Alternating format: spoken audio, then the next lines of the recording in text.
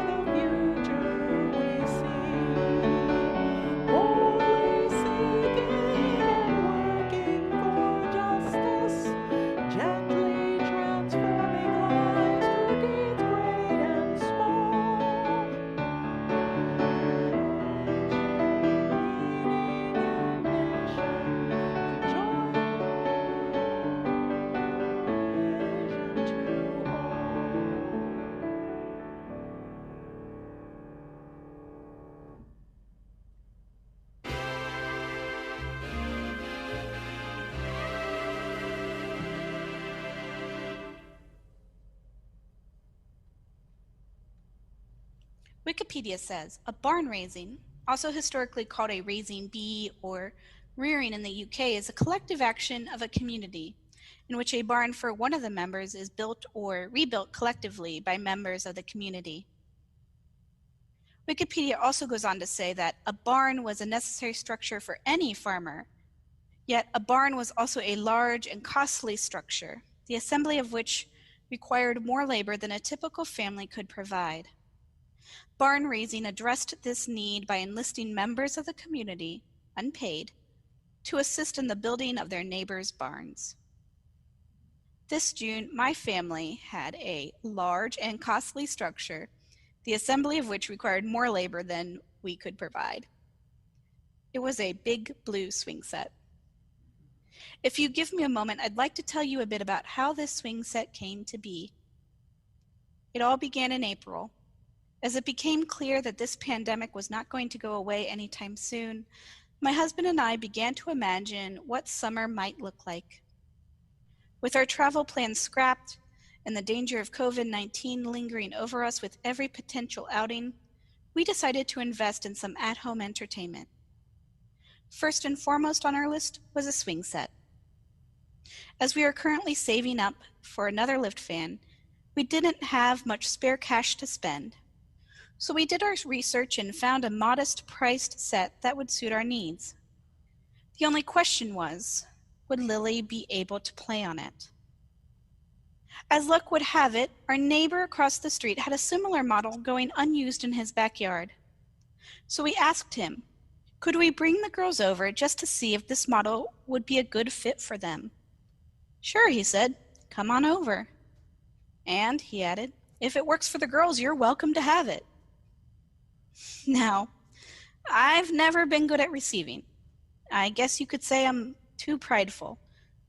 But recently, I read that until we can receive with an open heart, we're never really giving with an open heart. And as I want to be a better giver, I've been working on becoming a better receiver. So, my husband and I graciously accepted our neighbor's generous offer. Then, as if on cue, gifts started coming in from everywhere. My father-in-law kindly spent one whole rain-soaked afternoon blasting the old paint off of the swing set so that we could repaint it. Jeff, our neighbor on the right, gave us some leftover gray paint that he had floating around in his garage. And Mike, our neighbor on the left, offered to help us move and assemble the big blue monster when the time arrived. Offer after offer, gift after gift. So it was that on June 14th, we held ourselves a modern-day barn raising. And the big blue swing set came into being, a testament to the love wrought by community.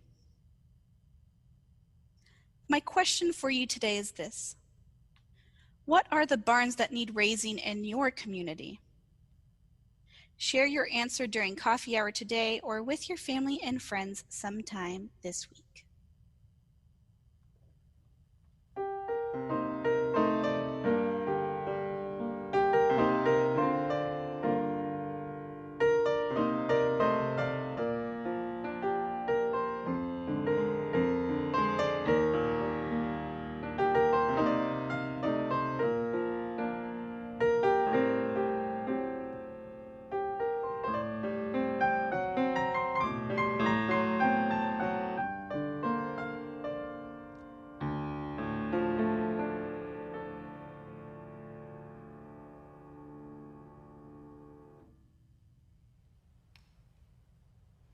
It's good to see faces out here this morning.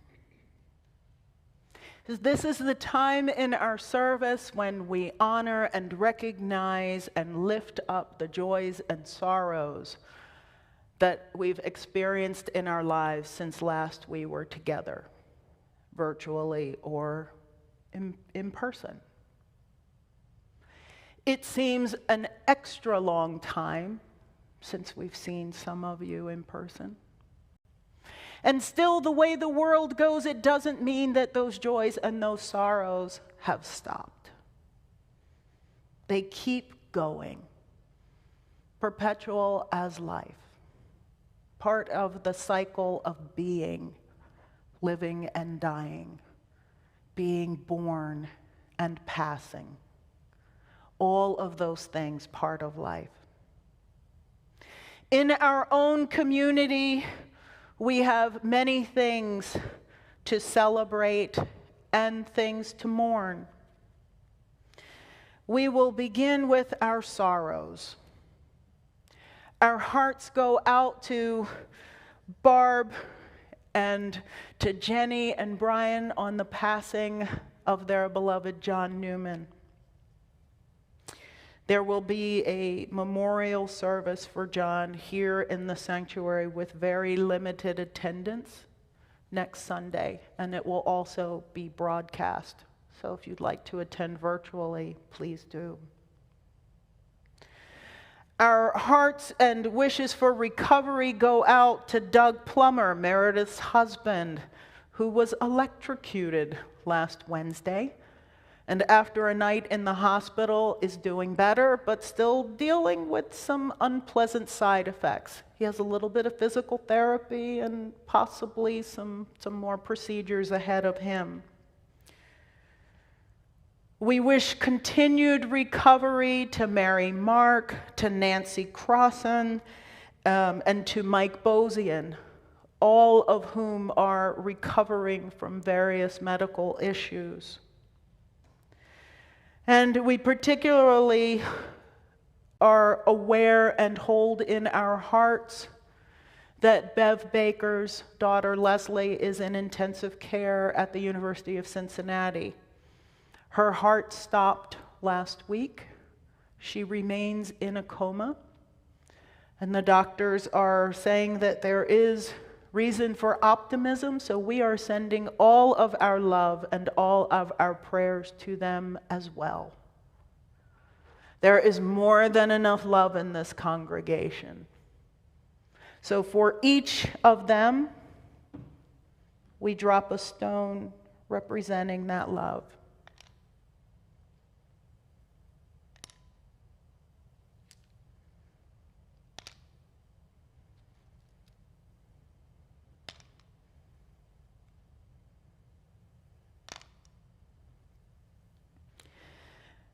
And the power of water to heal is amazing.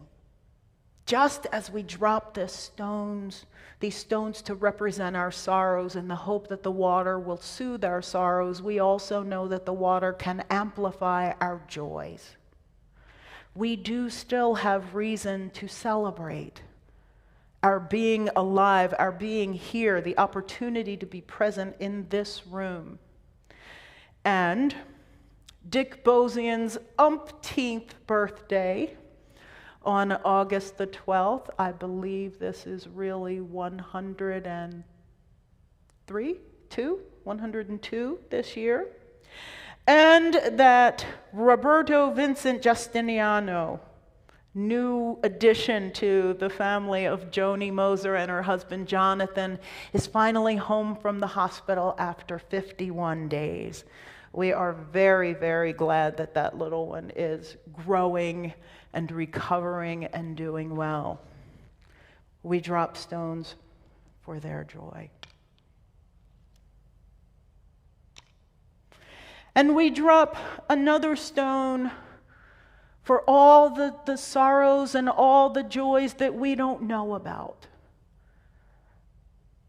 For those we've named, for those whose names we don't know, and for those whose names are carefully guarded in our hearts, we drop an additional stone. For the world, for our nation, for our city, for our planet, for flooding in Europe and injustice and illness and fires and all of the things that are happening, we drop a stone.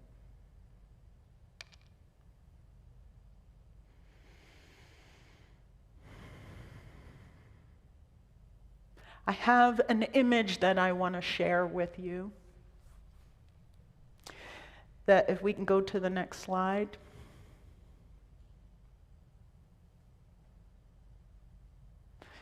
This is a picture that I took at home. I was walking my dog and I noticed we have these beautiful, huge hydrangea bushes. They're gorgeous, they're blooming, they're full. And still, this one little ladybug was crawling on a leaf. And I thought he needed to join us, or she, or they needed to join us this morning. As we contemplate our ladybug friend and these beautiful flowers from David and Mary, it seems fitting that we should offer a prayer about a bouquet of people. This is written by Claire Feingold Thorne, and it's modeled after a prayer that you've probably heard once or twice that was written by the Reverend Max Kutz. A bouquet of people. Let us give thanks for a bouquet of people. We give thanks for children.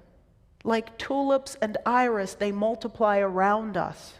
making the world ever more filled with color, beauty, and new life.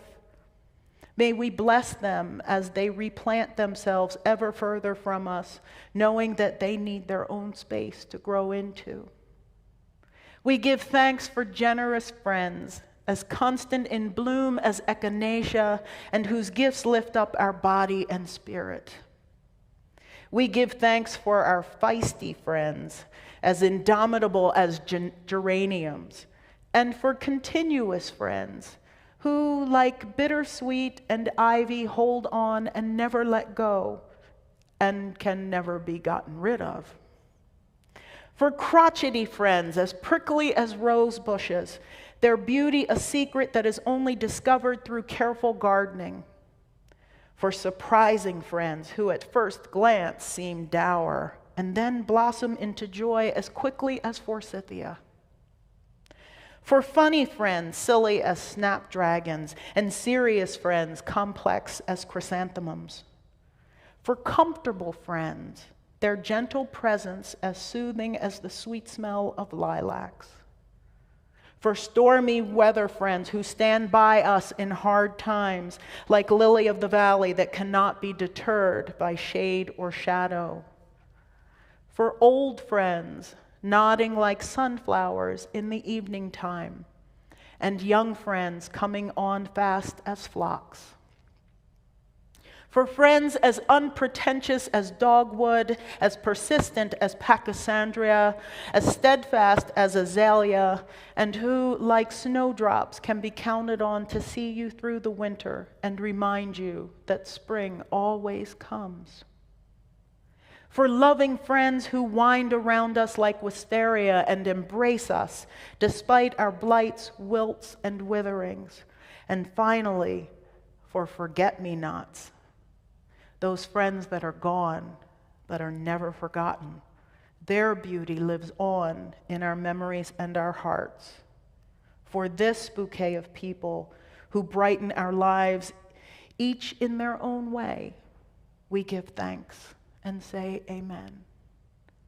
Please join me now in a moment of silent meditation, reflection, and prayer, after which we will sing Spirit of Life, and the words will appear on the screen.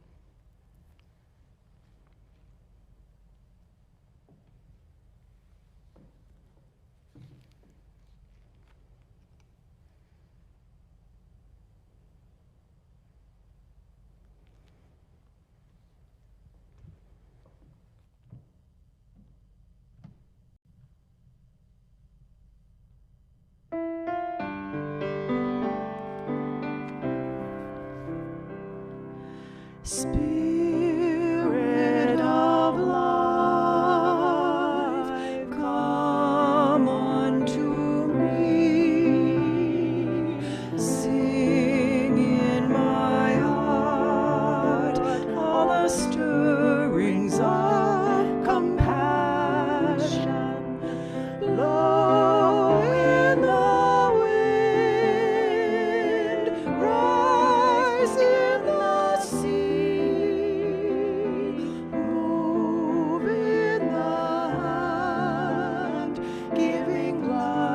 The shape of justice, roots hold me close, wings set me free.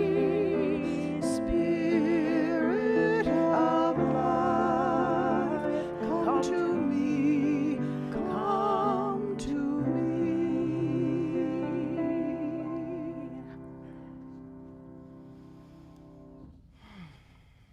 Thank you.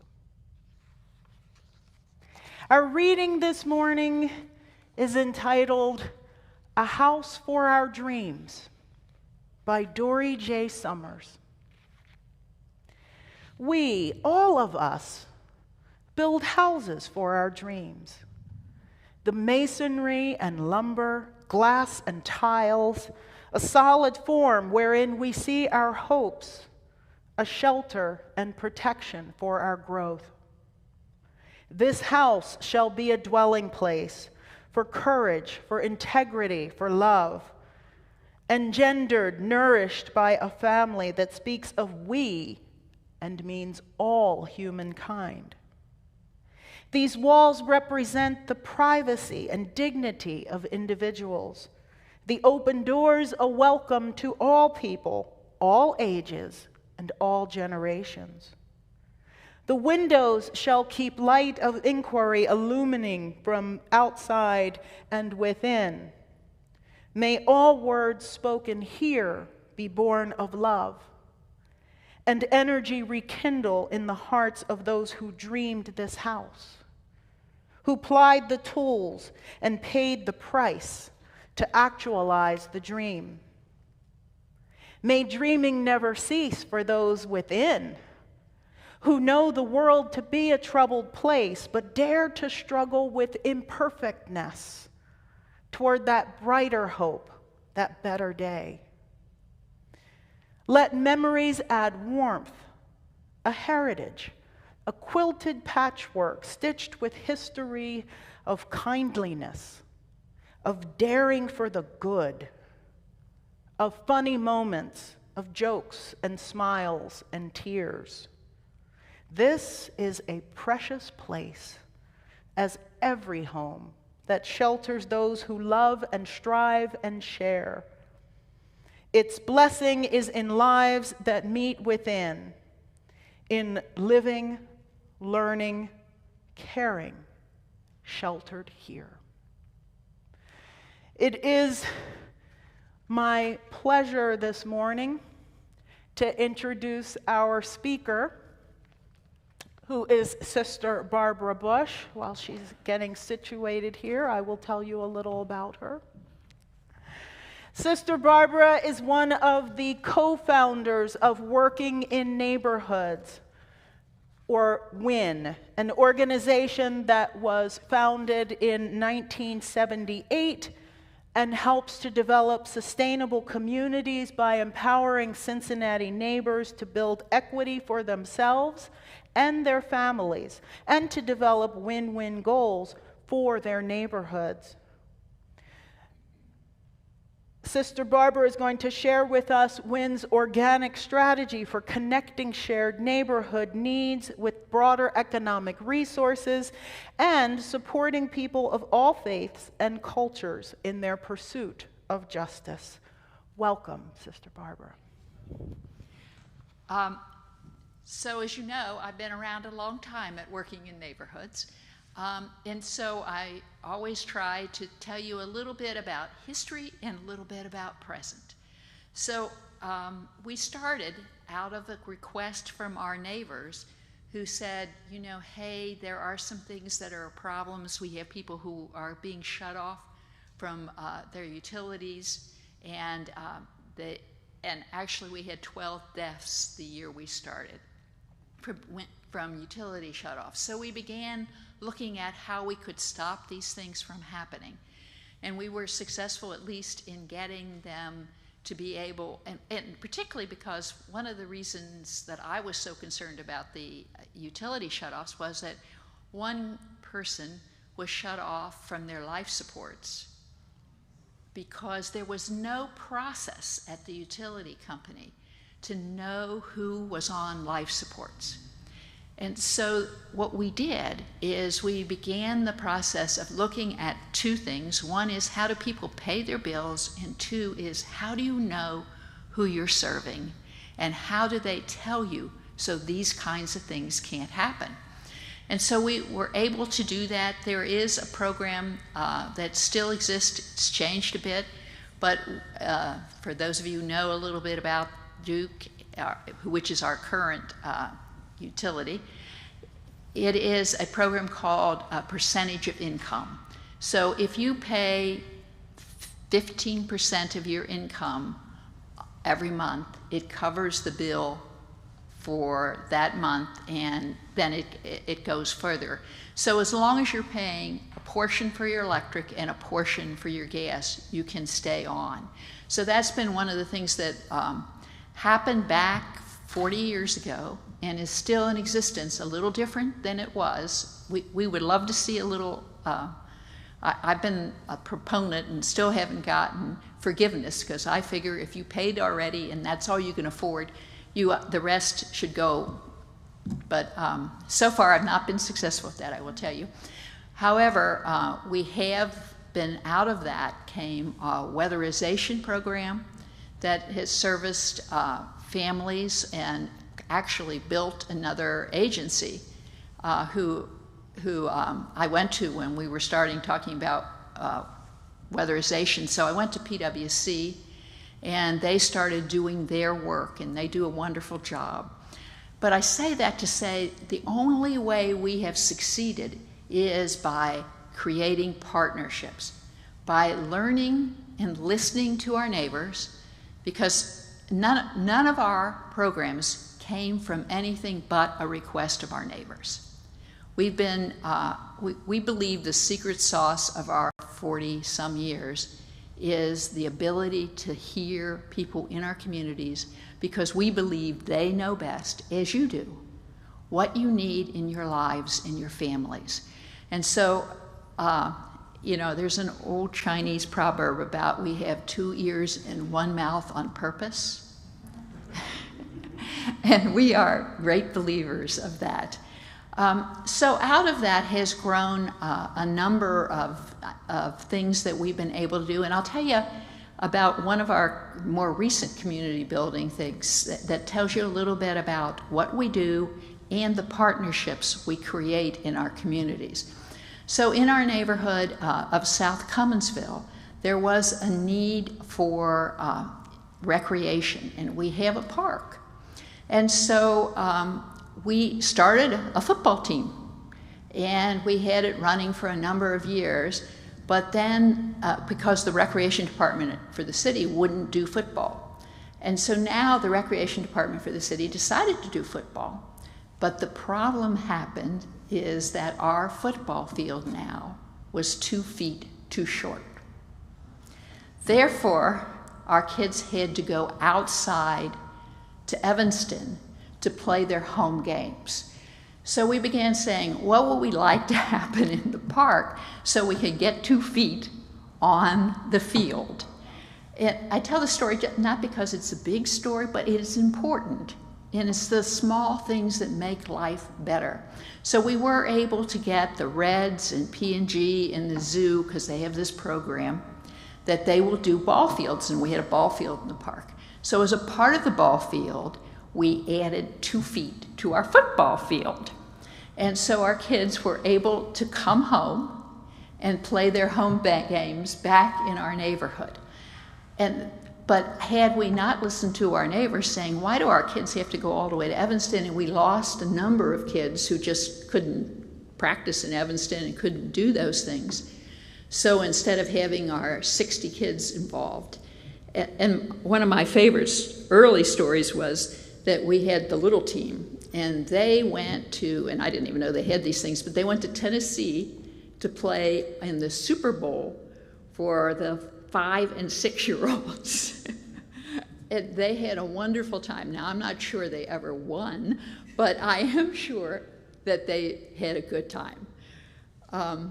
So then out of that, we also got the recreation department to build a bathroom, because prior to that, we had some porta pots, but you know something about porta pots, I'm sure.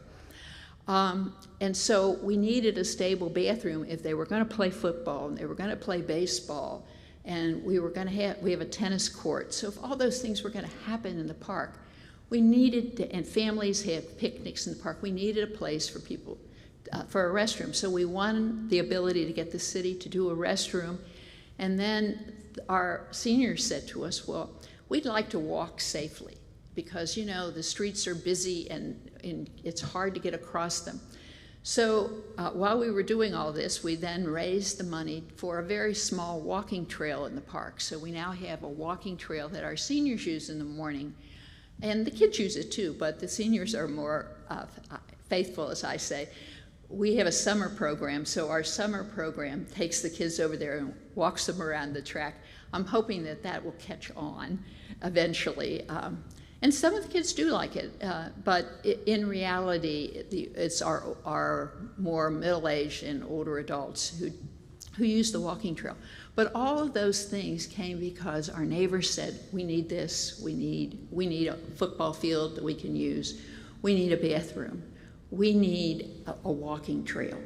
So we try to listen. Out of that has come also our housing development. Because years ago, when we started doing this, we had vacant buildings. Now we've had a lot more since then, and vacant property. And people said, so we said, well, what are we going to do about this? Let's get them fixed. And so I said to them, well, okay, who do we want to get? And they said, you. And I said, oh, how interesting. So we began to build, rehab, and sell to first-time home buyers. And so we've done that. We've sold over 168 homes. The other thing that people began saying to us is we need apartments we can afford. And as you probably have read in the newspaper, we are missing about 40,000 homes, affordable homes in the Hamilton County area. So we've actually partnered with two separate developers to bring 280 homes, permanent supportive housing, into the Beekman corridor. So that's bigger than South Cumminsville. But we try to put small neighborhoods together and have us work together, and that's been one of our projects, is because if you've only got 1,000 or 2,000 families in your neighborhood, it's very hard to get the city or other people to think about you. But if you have 5 neighborhoods, then you've become large enough. And if you know anything about Cincinnati, you know the small neighborhoods, particularly, we're particularly on the Beekman corridor. So if you know where Beekman Street is in I-74, we run that. So it's South Cumminsville, Millvale, North Fairmount, English Woods, and South Fairmount, which gives us quite a mix. So that's the other thing that we are great believers in, is bringing people together to work together, to figure out, and so I'll tell you another cute story about our community development. So when we decided to do this corridor, we brought people together and we went into their homes and we talked about what they wanted, and so we said, now is this going to be a good thing? Is this something you want to happen? You want to get together as neighborhoods and see if we can make a difference? And so they voted to do that. And so then we voted. I'm trying not to do this. Maybe that'll help. Does that help? And you still can hear, I hope? Okay. So we asked people what they wanted to work on. So we got these boards, you know, and they put up a bunch of lists, and people then said, so we voted on housing, we voted on investment in the neighborhood, and the other one that was really interesting to me was we voted on dumping. Now in our neighborhoods, we do have a problem. People come in and they dump lots of stuff in our neighborhoods, which is, you know, a very bad thing, and there's nobody really assigned. You have to really push to get it cleaned up. So they decided they would do summer walks, and they would pick up litter, they would spend time together, get a walk, and they went into each other's neighborhoods. And out of that really grew an affection for each other, a caring about each other. And people said, you know, I was never in a public housing project, but these are really nice people. And so I said to myself, once again, I was taught that our neighbors know better than I do, that these are the kinds of things that make a difference in our lives. So in our housing development, as I said, we've built 168 homes. 68 of those homes were in South Cumminsville. So we have actually built and sold to first-time home buyers 1/3 of the single-family stock in that neighborhood. That neighborhood is still, interestingly enough, a hard-working African-American community, and it has the largest percentage of home ownership, African-American home ownership, in the city of Cincinnati, which we are terribly proud of. But when we went there, there was a history of home ownership. And as things got worse during the recession, we committed to working again at how do we fill in these houses that are getting torn down. And so what we did is we've started a project we call our Net Zero Urban Village. And so it is a 50 unit, 25 new builds, and 25 of our senior citizens who are homeowners. And so we started out rehabbing their homes and making their units better. So we did air conditioning, we've done HVAC systems, we've done windows, we've tightened it. As I told you before, we're very interested in keeping people in their homes and in weatherization. And so we've done all those kinds of things in their homes to keep, and added accessibility. Because if there's one thing we want is for people to be able to continue to live in their homes like they want to, and safely.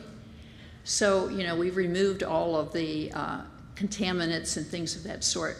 But I tell you this to say, I learned from another experience of doing 14 homes in a different neighborhood, where the people across the street said to me, well, you're doing all this for new neighbors, but what are you doing for us?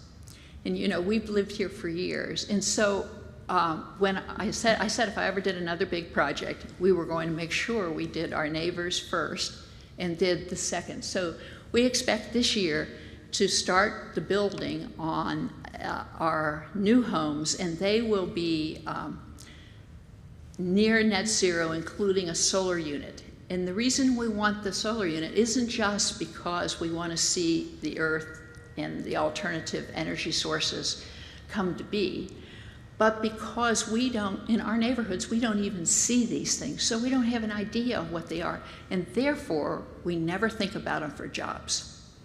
And one of the things that we want to happen is for the kids growing up in our neighborhoods to know they have choices. They can choose wherever they want to go, but they can find out what's going to happen in the future. And so we've always tried to be a bit on the cutting edge of these things, so that our neighbors know where that is and where it's going. And when we started this project, I bought a small set of solar units that are inside of our offices at this point, because I knew people had never seen them. And so, you know, we had many discussion about what do they do, and so we got lights and things they light up with, and so people can see in lifetime how this works. So that is our newest housing development project. We also have 6 homes going in College Hill this year. So we're trying to find ways to help, particularly our African American working class, have an opportunity that's not been the easiest opportunity for them, which is home ownership. Out of our work in housing development, the other thing that came out when we first started building was people said to us, well, you know, no one in my family has a history of owning a home. And so we really don't know the ins and outs of that. And so we began doing home buyer classes and home ownership training and coaching. So we are now a HUD certified housing counseling agency as well as a community development corporation, in order to provide from start to finish people's opportunities. So we provide both pre-home ownership and post-home ownership. You know, I always say that one of my funniest stories, that somebody called me up early on who bought a house, and they said, what kind of a lawnmower should I buy? And so, you know, you don't think about those things. There are just lots of little things like that. So we always want to talk to people afterwards about how do you get your gutters cleaned? How do you do those simple things that will help your house to function? And so that's kind of has been our kind of fun stories.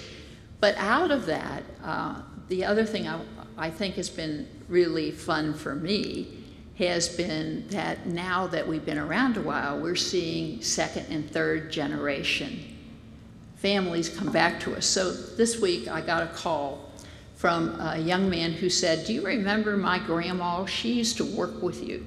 And she was one of our early leaders. And I said, "Well, sure, I remember your grandma." And she said, "Well, my grandma and my mom said, if I ever got to the point where I wanted to buy a house, I had to come here and learn how to do it. So I want to sign up for whatever it is you have, because I can still hear my grandma from afar and my mother regularly about learn what you're doing before you get into it." And so for us, it's generational. We've had the opportunity to help families stay in their home. And many of our families, we do a lot of work to help them understand that you don't have to pay for 40 years on your mortgage if you pay a little every month. You can really cut that down to 17, and we can show them what the difference is. So we do those kinds of things that make home ownership possible for our working class families, and particularly our African American community. And the other kind of little thing I wanted to tell you a little bit about, so out of this all has grown an enormous amount of what we call financial and economic learning. So we do a lot of things to help families get their credit in better shape. As we call it, get a spending plan. Nobody likes a budget, but everybody has to have a spending plan. So we do spending plans with our neighbors. We do couponing. We do all kinds of things of that sort. And you may say, well, that seems odd, but we've been successful in getting families who, in 6 to 9 months, who actually paid off their credit, their back bills, have put away as savings, because we're great believers in an emergency savings. If you're going to buy a house, we want you to have an emergency savings. Because I don't know and I suspect many of you are homeowners, I don't know anybody who just hasn't had something happen in their house that they weren't expecting. And if you don't have an emergency savings, you're going to be in a bad way. So that's, before anything else, we say you got to have an emergency savings. So one of the women came in, and she had done all this, and she was happy, and she was happily saving both her emergency savings and her money for a down payment. And she came in one day and she said, well, she said, I hate to tell you this, I'm really embarrassed. I had to spend my emergency savings because my car broke down. And so we said to her, well, were you able to pay for your car? Yes. Were you able to continue going to work? Yes. Could your kids still go to school? Yes. Were you able to pay your other bills? Yes, but now I don't have the savings. And so we said to her, that's okay. That's what it's for. So those are, that's kind of just stories to tell you a little bit about the people we see and the kinds of dedication people have to really their own lives and being able to make things better for themselves and their children. I can't explain to you what a blessing it is to me to be with people. I have learned and been more blessed than I think anything we have taught to anyone. And so I always say that, the thing that is most important for us is to appreciate the value of the people we meet, because they are wonderful. They have more guts and courage than I would ever have in my life. And I'm going to close with two things. One is just to tell you a little bit about our children's program. So the other thing that our neighbors asked us to do years ago was to start a program for the children, both a after-school program in a summer camp. So last year we tried to do the summer camp in a box, but most of our kids weren't really good at tech. Added to the fact that we asked everybody if they at least had a phone, and they all said yes. But one of the things we found out is the phone went to work with Mom. So we're trying to do a program in the daytime, and Mom's gone with the phone. So this year we made the decision to try to do a smaller one in our offices. So we brought 15 kids in for 3 days a week and then sent them home on Monday and Friday with tasks to do so that they could bring back to the camp.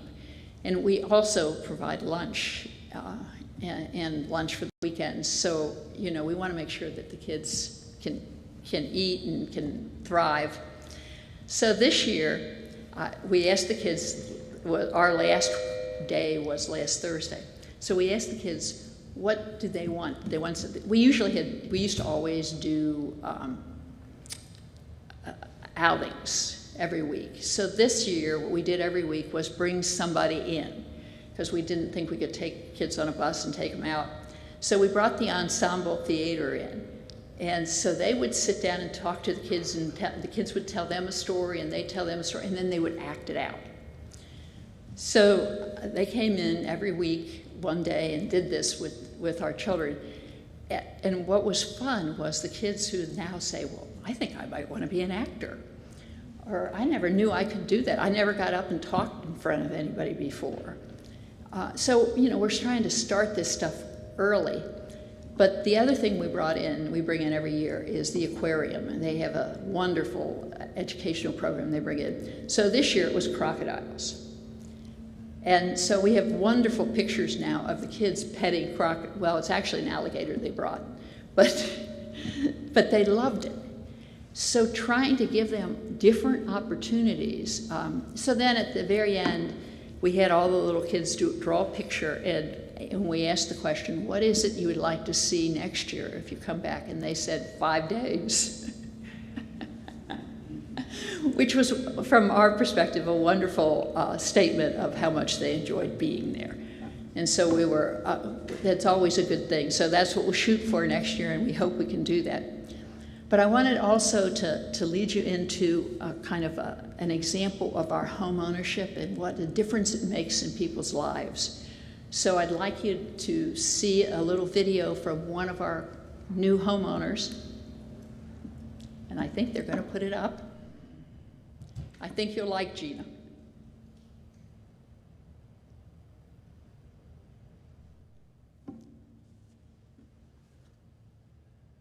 My name is Gina. I'm a first-time homeowner. I grew up in Toledo, Ohio. I'm the youngest of 14. I'm a worker for Coast Distribution Center. I just had my 5th year anniversary. I really enjoy my job. I have 4 daughters. I moved to Cincinnati in the fall of '99, and I came here originally to help out my brother who have a business here, and I fell in love with Cincinnati. I decided when I came to help my brother with his business that I really like the weather, because where I'm from really is always snow and it's always cold. So I really liked the difference in the weather. How I heard about Wynn was through Metropolitan Housing has sent me an invitation for the opportunity to become a homeowner. And in that class, they talked about 2 organizations here in Cincinnati. And Wynn was actually closer to me. So I decided to go there to find out information about their home buyers class.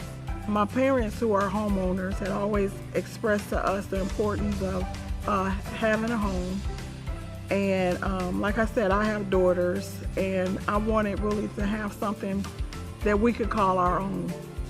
The homeowner class was really helpful for me.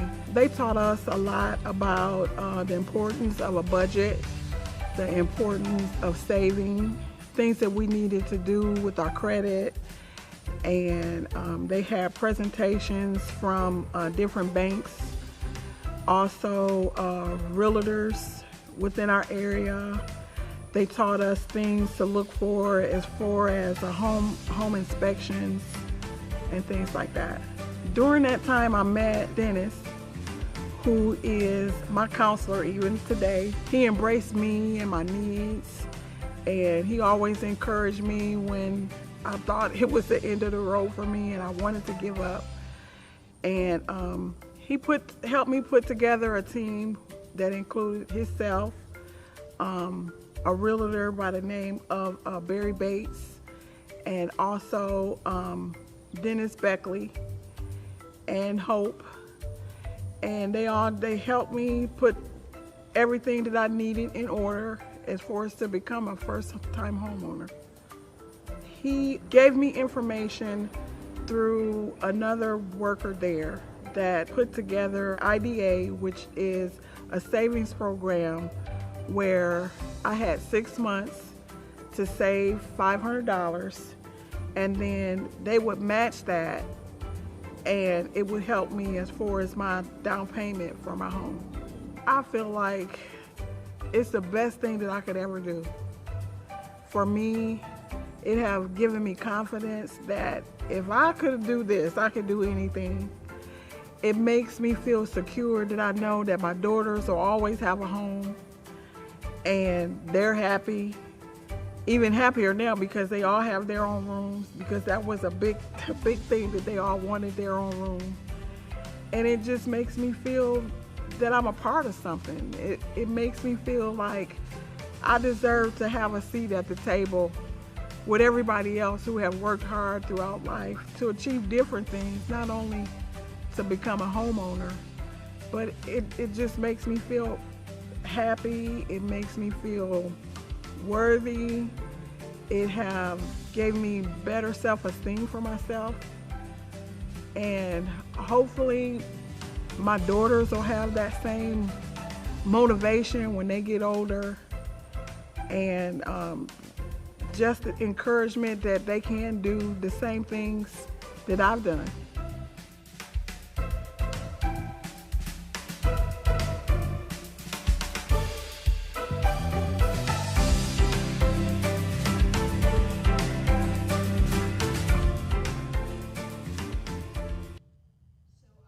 Hope you enjoyed Gina as much as I do.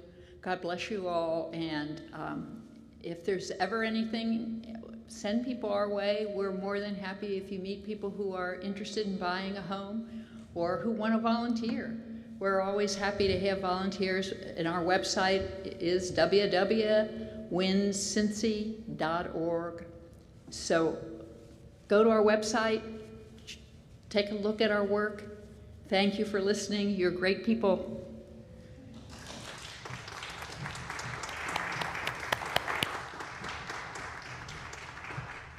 Thank you, Sister Barbara. Every month, it is our practice here to dedicate or to identify one organization that's doing amazing work in our community and to support their work with our gifts. For the month of August, Working in Neighborhoods will be our Share the Plate beneficiary. What that means is that any gifts that you give for the Share the Plate offering between now and August 31st will be sent directly to WIN. So please, you've heard all of the wonderful work that they're doing. Let us do our best to support and so that that work can continue. We've made giving to First Church as easy as possible. You can text GIVE to 513-717-7373. If you have access to our Breeze member system, you can click Give Now at the corner of the page. You can give online at our website, which is firstuu.com, or you can write a check and mail it to 536 Linton Street, Cincinnati, Ohio 45219. For those of you in the sanctuary this morning, for COVID reasons, we will not be passing an offering plate. If you would like to leave a cash or check offering, Carrie will have a way to collect that as you leave the sanctuary today. Our offering will now be gratefully received.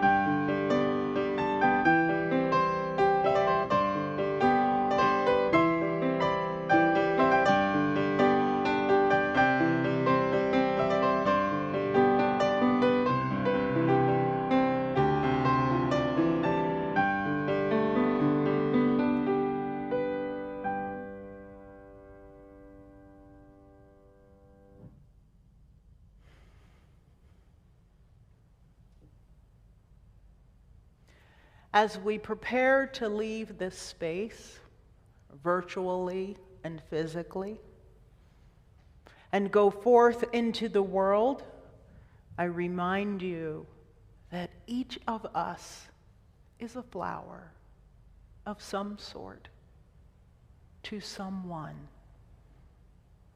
Each of us is a friend and a supporter and a blessing to someone, whether we know them or not, seen or unseen, near or far.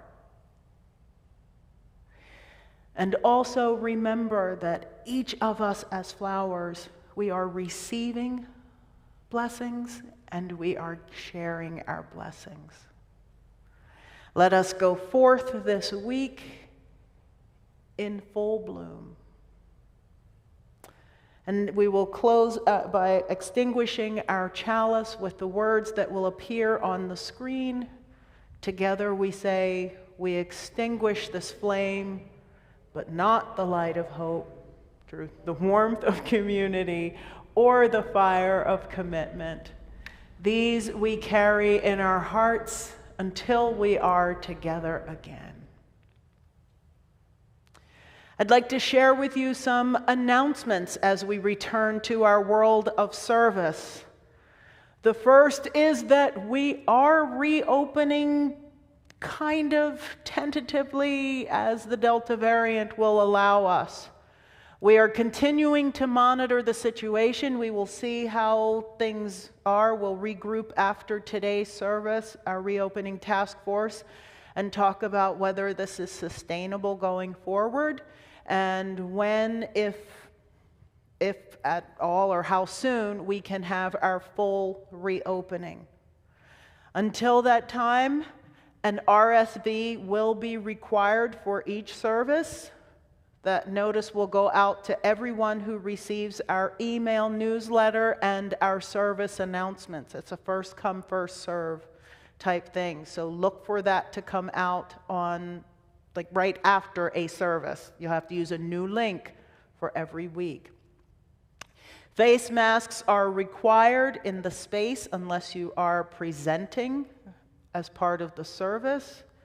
There will be no childcare, RE, or youth groups. You may have noticed that there's no VIP lounge. We instead have VIP at your seat, which are activity trays that any youth that come in are welcome to take to do at their seats. There will be no coffee hour or other gatherings inside the church right after service. You are more than welcome to gather outside if you'd like to mingle and catch up with one another. And our services will be available on YouTube. We will continue to stream our services whether we are here in the space or not. So that's the reopening update. Look for more information on that in the days to come.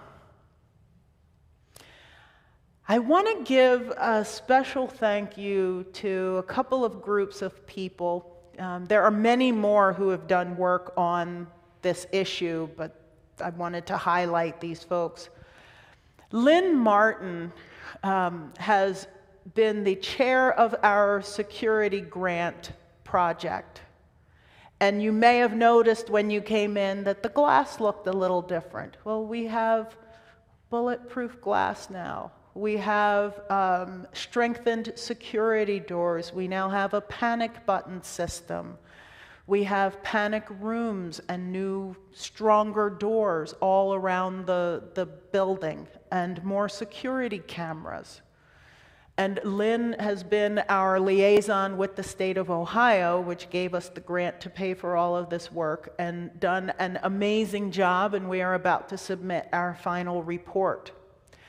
Dennis Finney handled all of the financials for that project and has been our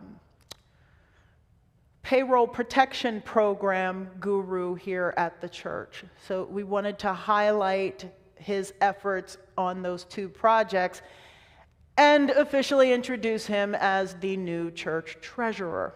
He just can't seem to get enough of this.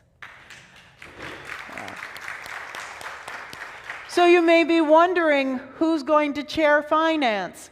Gary Gebhardt is going to chair finance. Gary was also part of the security grant team because he was the board president when we started the project, and he has agreed to kind of slide into a different leadership role for us.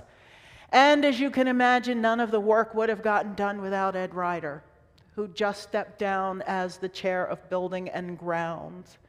And I don't know, it's going to take us a while to learn not to call Ed for everything.